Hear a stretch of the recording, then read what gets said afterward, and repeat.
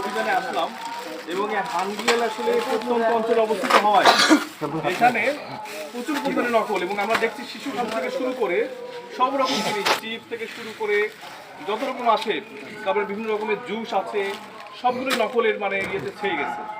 এবং এই যে যেমন এর উদাহরণ হচ্ছে যে এরকম বিভিন্ন নামে বেনামে তারা নকলের বিভিন্ন কোম্পানিগুলো নকল করছে এবং এগুলো দুঃখজনক। এবং তার এই 3টা গোডাউনে আমরা পাচ্ছি এরকম আকারে। তো এটা খুব দুঃখজনক আকারে এটা ছেয়ে গেছে, এটা আসলে আশাব্যঞ্জক নয়।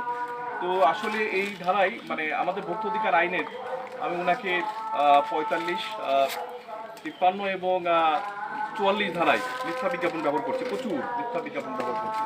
আপনি বুঝতে পারছেন আপনার কি কি সমস্যা আছে, বুঝছেন?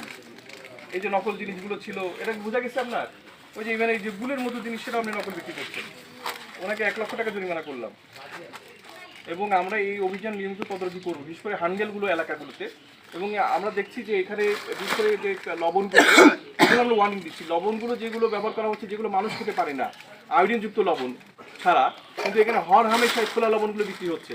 ইভেন খোলা লবণ গরু ছাগলেও খেতে পারবে না, কারণ কি এগুলো খাইলেও এগুলো গরু ছাগল অকারণে স্টক করে, অর্থাৎ তাদের ভিতর দিয়ে আমরা আয়োডিন পাই। সুতরাং তাদেরকেও আয়োডিনযুক্ত লবণ খাওয়াইতে হবে, প্যাকেট লবণ খাওয়াইতে হবে।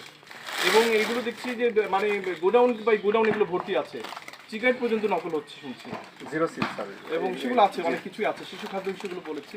তো যাই হোক, এটা ওনার জন্য সতর্কতাও, পাশাপাশি এটা না হলে আরো বড় কঠোর আইনের ব্যবস্থা গ্রহণ করবে। ধন্যবাদ।